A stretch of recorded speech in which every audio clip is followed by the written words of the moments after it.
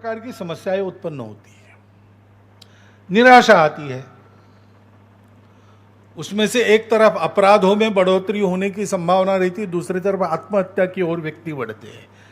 ये तीनों विकृतियां न आए, कठिनाई में भी, कष्टों को झेलते हुए भी सामाजिक पारिवारिक जीवन स्वस्थ रहे, इस प्रकार का सलाह परामर्श समुपदेशन उसकी आवश्यकता है। स्वयंसेवक तो ये काम कर रहे हैं और करते रहेंगे जब तक आवश्यकता है, तब तक सेवा उनका स्वभाव है। समाज के सभी अन्य लोगों को भी ये ध्यान में रखना पड़ेगा कि लंबे समय तक सेवा करनी पड़ेगी। इस आवश्यकता को समझकर वो अपने प्रयास जारी रखेंगे, ऐसा विश्वास है। अभी तक कोरोना के लड़ते समय समाज ने जो अपना दम दिखाया, ये एक तरह से दम की लड़ाई है, क्योंकि कोरोना के बारे में बहुत जानकारी नहीं है दुनिया में। रूप बदलने वाला विषाणु है, इसकी घटना बदलती है, बहुत शीघ्र फैलता है, बहुत शीघ्र पकड़ता है, लेकिन हानि का प्रमाण कम है। हानि करने की उसकी क्षमता अन्य विषाणुओं के तुलना में कम है। इतना ही दुनिया में उसकी जानकारी है। इसलिए लंबे समय तक इसके साथ रहना पड़ेगा, इसको जीतना पड़ेगा। तो उस दम को कायम रखते हुए इस दम की लड़ाई में हम कोरोना को पराजित करेंगे, इस संकल्प के साथ वो सेवा जारी रखनी चाहिए। इस वातावरण के आर्थिक सामाजिक परिणामों से अपने बंधुओं का और स्वयं का बचाव करते रहना चाहिए। उसके लिए जो जो आवश्यक है वो सब करना चाहिए। कोरोना से डरने की आवश्यकता नहीं है, लेकिन सावधान रहना, दक्षताएं उनका पालन करना, इसकी आवश्यकता है। अब धीरे धीरे जीवन तो रुक नहीं सकता, बंद तो नहीं रह सकता, तो उसका खुलना प्रारंभ हो गया है। व्यवहार, सामाजिक व्यवहार, आर्थिक व्यवहार, ये सब शुरू हो रहे हैं और शुरू होने पड़ेंगे, रुकिए नहीं रह सकते। लेकिन ऐसा जब शुरू होता है तो कोरोना से बचने के सारे नियम अनुशासन और कोरोना से समाज को बचाने के लिए आवश्यक कर्तव्य, सेवा आदि, इसका निर्वाह हमको सतत करना पड़ेगा। ये दायित्व हम सभी का है। ये जो नया रूप समाज का हमने देखा, एकजुट खड़ा होकर, और जितना बड़ा संकट है उससे बड़ा रूप धारण किया समाज की सेवा ने, उसको जब हम देखते हैं तो कई और बातें ध्यान में आती हैं। अंतर्मुख होकर विचार हुआ, केवल अपने समाज में नहीं, सारे विश्व में ही ऐसा हुआ। सिंहावलोकन, आत्मावलोकन करने लगे लोग, और इसलिए एक शब्द बार बार सुनाई देता है आजकल, न्यू नॉर्मल, ऐसा कहते हैं। यानी क्या?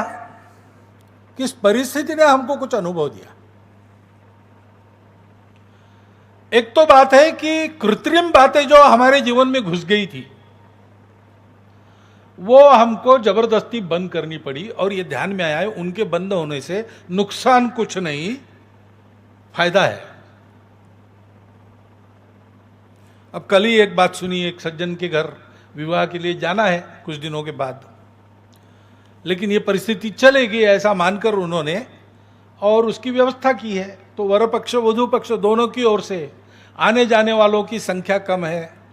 जो आने वाले हैं उनको भी वो एक दिन सबको नहीं बुलाएंगे, वो उनके समूह बनाकर अलग अलग दिन बुलाएंगे ताकि भीड़ न हो। मास्क वगैरह सारी बातों का और व्यवस्था वगैरह सब ठीक रहेगी, देखेंगे। तो ये सब वो बता रहे थे कि आप आएंगे तब ऐसा देखेंगे। और उन्होंने कहा ये सब हुआ तो सारी फिजूल खर्ची हमारी टल गई, और हम दोनों तरफ के, यानी वधू पक्ष और वधू पक्ष, वर पक्ष और वधू पक्ष दोनों को, और 3-4 लाख रुपए खर्चे की बचत हो गई। तो ऐसी बातें तो हमारे ध्यान में आई।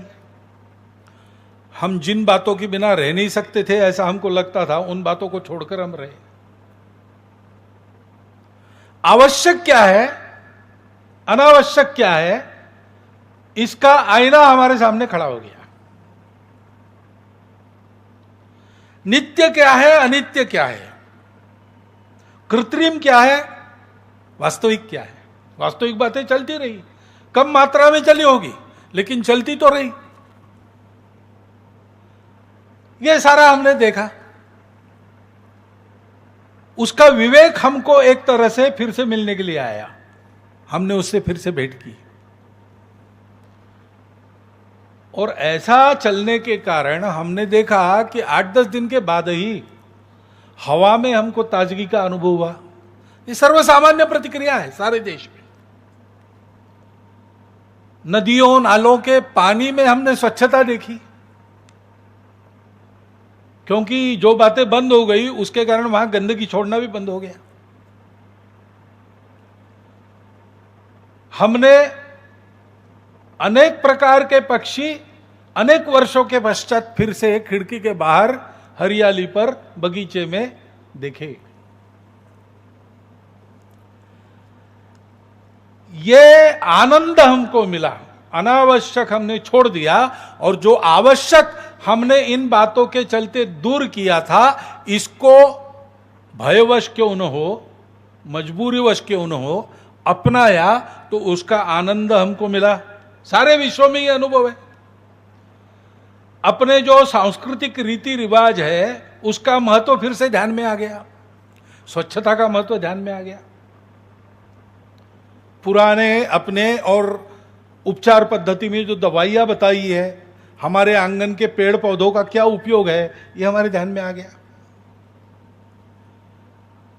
और इसलिए अभी विचार शुरू हो गया है कि ये जो पुराना उपयोगी हमने गलती से छोड़ दिया था, अभी फिर से मिल गया है। देश काल सुसंगत रूप में उसका आचरण फिर से कैसा करे, उन बातों का महत्व, उन बातों की शाश्वतता हमारे ध्यान में आई है। हमारे सांस्कृतिक मूल्यों पर वापस आकर आचरण करना कितना उपयोगी है, यह हमारे ध्यान में आ गया है। कुटुंब व्यवस्था की महत्ता, पर्यावरण के साथ मित्र बनकर जीने का महत्व,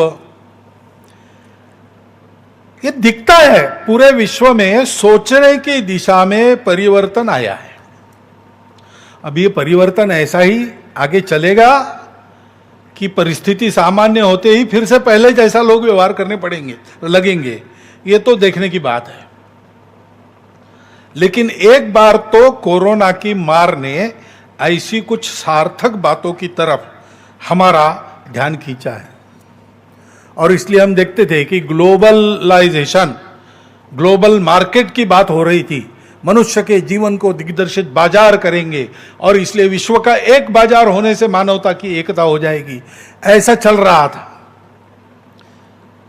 अब संवाद में अंतर आ गया। अब संवाद जो चलता है उसमें अपने अपने राष्ट्र को अच्छा करना और उस राष्ट्र की विशिष्टता को साथ लेकर उसको सुरक्षित रखकर अपने राष्ट्र के द्वारा विश्व के जीवन में सकारात्मक योगदान होना, इसी से मानव जीवन सुखी, संपन्न, शांति युक्त और समरसता युक्त बनेगा। ये बात सबके और ध्यान में आ गई है। और इसलिए हमको भी सोचना पड़ेगा। हमारे मूल्यों से, परंपराओं से, शाश्वत ज्ञान से फिर से भेंट हुई है, लेकिन इतने दिन हमने उनको नहीं अपनाया तो हम थोड़ा उनका स्वरूप, अर्थ आदि भूल गए हैं। हमको विचार करना पड़ेगा कि वास्तव में वो क्या है, तब हम उसको अपना सकेंगे, अपना और मानव जीवन का हित कर सकेंगे। जैसा मैंने कहा, जीवन तो नहीं थमा, कोरोना ने हमको रोक दिया, जीवन को तो नहीं रोक सकते। जीवन की अनेक बातें चलती रही। अब ये सारी कोरोना महामारी में चाइना का नाम आता है, वो पता नहीं क्या है, संदिग्ध नहीं, निसंदिग्ध कुछ नहीं, शंकाएं हैं, संदिग्धता है। लेकिन चीन ने इस कालावधि में अपने और सामरिक बल के गर्व में, अभिमान में हमारी सीमाओं का जो अतिक्रमण किया और जिस प्रकार व्यवहार किया और कर रहा है, केवल हमारे साथ नहीं, सारी दुनिया के साथ, वो तो सारी दुनिया के सामने स्पष्ट है, इसके पहले भी आया है, उसका स्वभाव विस्तारवादी है, सब लोग जानते हैं। लेकिन इस बार जैसे एक साथ उसने ताइवान के साथ, वियतनाम के साथ, अमेरिका के साथ, जापान के साथ, भारत के साथ साथ ही एक साथ झगड़ा मोल लिया। कुछ उसके अपने कारण होंगे, लेकिन सबके ध्यान में फिर एक बार आ गया। लेकिन और एक अंतर ऐसा है कि इस बार भारत ने उसकी जो प्रतिक्रिया दी, उसके कारण वो सहम गया, धक्का मिला उसको एक, क्योंकि भारत तन के खड़ा हो गया। भारत की सेना ने अपने वीरता का परिचय दिया, भारत के नागरिकों ने अपने देशभक्ति का परिचय दिया। सामरिक और आर्थिक दोनों दृष्टि से वो ठिठक जाए इतना धक्का तो उसको मिला है, और उसके चलते दुनिया के बाकी देशों ने भी चीन को अब डांटना शुरू किया है, खड़ा होना उसके सामने शुरू किया है। और इसलिए हमको अधिक सजग रहने की आवश्यकता है, क्योंकि ये जो नहीं सोची थी उसने ऐसी परिस्थिति उसके सामने खड़ी हो गई, उसकी प्रतिक्रिया में वो क्या करेगा पता नहीं। और इसलिए इसका उपाय क्या है? सतत सावधानी, सजगता और तैयारी। सामरिक तैयारी में, आर्थिक अपनी स्थिति में, अंतर्राष्ट्रीय राजनय में, अपने संबंधों में, और पड़ोसी देशों के साथ अपने संबंधों में हमको चाइना से शक्ति में, व्याप्ति में बड़ा होना पड़ेगा। दूसरा उपाय नहीं है, हमको ये करते रहना पड़ेगा। ऐसा करेंगे तो हम चाइना को रोक सकते हैं। पड़ोसी देश ब्रह्मदेश है, श्रीलंका है, बांग्लादेश है, नेपाल है, ये केवल हमारे पड़ोसी थोड़े हैं, ये तो हजारों वर्षों के साथ हमसे संबंधित, लगभग हमारी प्रकृति वाले, हमारे स्वभाव वाले देश हैं। तो इनके साथ जल्दी हमको जोड़ लेना चाहिए। मतांतर तो होते ही है, मतभेद होते हैं, विवाद के विषय भी होते हैं, सीमाएं जब लगती है तो विवाद होते ही है, घर एक दूसरे को लगता है तो कुछ तो विवाद छोटा बहुत रहता ही है।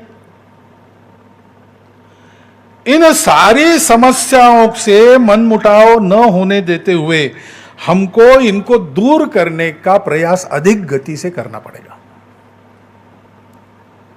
क्योंकि हम तो सबसे मित्रता करने वाले हैं, हमारा स्वभाव किसी से लड़ने का नहीं है। लेकिन हम मित्रता करने वाले हैं, इसका मतलब हम दुर्बल नहीं है। हमारी मित्रता की वृत्ति को दुर्बलता समझकर, और जो लोग ऐसा सोचते हैं कि हम चाहे जैसे झुका सकते हैं इनको, हम चाहे जैसे इनको मोड़ सकते हैं, उनकी गलतफहमी कम से कम अब तो दूर हो गई होगी। हमारी सेना की देशभक्ति, वीरता, हमारे शासनकर्ताओं की आज की स्वाभिमानी नीति और भारत के लोगों का ऐसे प्रसंगों में एकजुट खड़ा होकर नीति धैर्य के साथ आने वाली परिस्थिति का मुकाबला करना, चीन को यह पहली बार अनुभव मिला होगा, उससे उसने समझ जाना चाहिए। ऐसा मानस जो मन में रखते उनको सबको समझना चाहिए कि इतने कच्चे हम नहीं है। ऐसी कोई भी परिस्थिति आएगी तो हम लोगों की सजगता, तैयारी और दृढ़ता किसी प्रकार कम नहीं पड़ेगी। सारे राष्ट्र में आज यह आत्मविश्वास की हवा चल रही है। हमको उस सजगता को, उस सावधानी को, उस एकता को बनाए रखना पड़ेगा और अपनी तैयारी को बढ़ाते रहना पड़ेगा,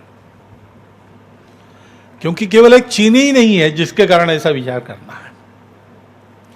अपनी सीमाओं की बाह्य सुरक्षा जितनी महत्वपूर्ण है, उसी दृष्टि से, देश की सुरक्षा की दृष्टि से ही अंतर्गत सुरक्षा भी इतनी महत्वपूर्ण है। पिछले साल भर में जो हुआ उसको जरा विश्लेषक नजर से आप देखिए तो आपके समझ में आएगा। समाज की सावधानी, शासन प्रशासन की तत्परता कितनी महत्वपूर्ण है, ये सब ध्यान में आता है। अपने यहां प्रजातंत्र है, इसलिए अनेक दल है। दल है तो विरोध है। सत्ता में जो है वो सत्ता से बाहर हो और हमको वो सत्ता मिले, ऐसी महत्वाकांक्षा रखना ये प्रजातंत्र की एक विशेषता है। यानी वो चलता है प्रजातंत्र में, उसमें कोई दिक्कत नहीं है। सत्ता का खेल है। तो सत्ता के बाहर है वो प्रयास करते हैं कि अभी नहीं तो कम से कम अगले चुनाव में तख्ता बदल जाए और हम बैठे जहां वो बैठे, उसके लिए चाले चलते हैं, चलता है। परंतु इसमें भी एक विवेक है ना। हम एक देश के लोग हैं, हमारी आपस में स्पर्धा हो सकती है, हमारा आपस में युद्ध नहीं हो सकता। चुनाव ये कोई दुश्मनों की लड़ाई नहीं है, चुनाव एक स्पर्धा है। स्पर्धा स्वस्थ होनी चाहिए, स्वस्थ हो, स्वस्थता पूर्वक चले, उसमें दिक्कत नहीं। लेकिन अगर हमारे इन दांव पेचों के कारण समाज में विभाजन पैदा होता है, दूरियां बढ़ती है, समाज के दो वर्गों में कटुता पैदा होती है, तो ये ठीक नहीं है, ये राजनीति नहीं है।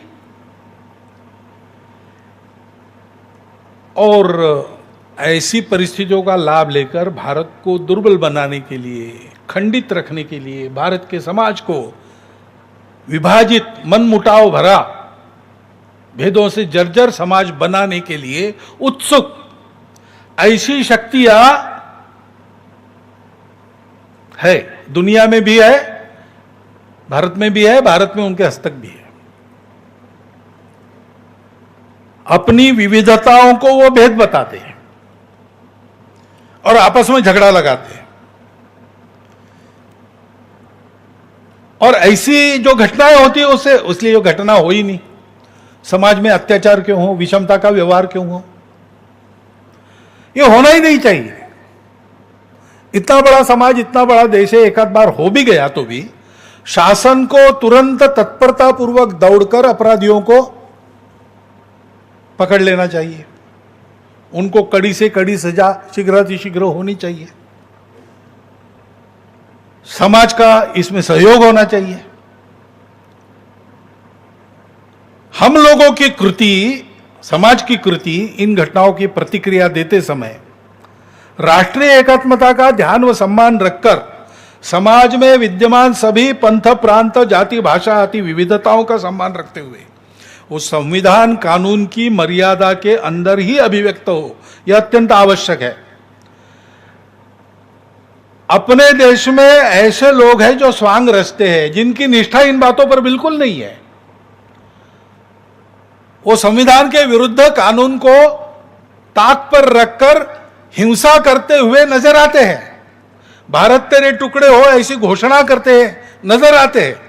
लेकिन वो ऐसे प्रसंगों में अपने आप को संविधान, धर्मनिरपेक्षता आदि आदि के बड़े रखवाले बताकर और ये समाज को तोड़ने की कार्रवाई करते रहते हैं, समाज को उल्टी पट्टी पढ़ाते हैं। अपने देश का संविधान प्रदत्त करते समय डॉक्टर बाबा साहब आम्बेडकर के जो दो भाषण हुए, उसमें उन्होंने जिन तरीकों को ग्रामर ऑफ अनार्की कहा है, अराजकता का व्याकरण कहा है, ऐसी बातें सिखाने वाले ये लोग हैं। और ये लोग देश और समाज को तोड़कर दुर्बल रखने का उद्योग करते हैं, उनके अपने निहित स्वार्थों के लिए। उनसे बचना समाज को सीखना पड़ेगा। वो भ्रम फैलाते, ऐसा भ्रम संघ के बारे में फैलाने का उनका पूर्वापार उद्योग चला है। आजकल वो अप्रभावी है, ये बात अलग है, लेकिन जान लेना चाहिए, जैसे संघ के बारे में भी जान लेना चाहिए। हम हिंदू शब्द का उपयोग करते हैं, हिंदुस्तान हिंदू राष्ट्र ऐसा कहते हैं। इसको लेकर भ्रम पैदा करने वाले लोग हैं, इसलिए जानना चाहिए। हिंदुत्व एक ऐसा शब्द है जिसके अर्थ को पूजा से जोड़कर संकुचित किया गया है, लेकिन संघ की भाषा में उस केवल पूजा खान पान तक मर्यादित संकुचित अर्थ में उसका प्रयोग नहीं होता। वास्तविकता में और हमारी मान्यता में वह शब्द अपने देश की पहचान को अध्यात्म आधारित उसकी परंपरा के सनातन सातत्य तथा समस्त मूल्य संपदा के साथ अभिव्यक्ति देने वाला एकमात्र शब्द है। इसलिए संघ मानता है कि यह जो शब्द है हिंदू, भारतवर्ष को अपना मानने वाले, उसके संस्कृति के वैश्विक और सार्वकालिक मूल्यों को आचरण में उतारना चाहने वाले तथा यशस्वी रूप में ऐसा करके दिखाने वाली उसकी पूर्वज परंपरा का गौरव मन में रखने वाले सभी 130 करोड़ समाज के बंधुओं को लागू होता है। हम ऐसा मानते हैं। उस शब्द के विस्मरण से हमको एकात्मता के सूत्र में पिरोकर देश व समाज से बांधने वाला बंधन ढीला होता है। हिंदू भाव को जब जब भूले आई विपद महान, भाई टूटे धरती खोई मिटे धर्म संस्थान। ये इतिहास है अपने देश का। और इसलिए हम देखते हैं कि जो इस समाज को तोड़ना चाहते हैं वो इस शब्द के टीका टिप्पणी से ही शुरू करते हैं। हम हिंदू नहीं है इस बात को पहले फैलाते हैं। हमारी जो छोटी पहचान है, हमारा देश विविधता से युक्त देश है, तो अनेक जाति पंथ प्रांत भाषा हमारी ही है। एक ही हमारे बड़ी पहचान की अभिव्यक्ति के रूप में ये सारे आए हैं। पहले से यहां पर थे, कुछ बाहर से आ गए, वो भी इसका हिस्सा बन गए। ये सारी हमारी छोटी पहचानें, हमारी विविधता है। हिंदू विचार में ऐसी सब विश्व भर की विविधताओं का स्वीकार और सम्मान है, पूर्ण स्वीकार है, पूर्ण सम्मान है। परंतु इन विविधताओं को वो लोग बताते कि आप लोग केवल विविध प्रकार के लोग नहीं हो, आप लोग अलग अलग प्रकार के लोग हो।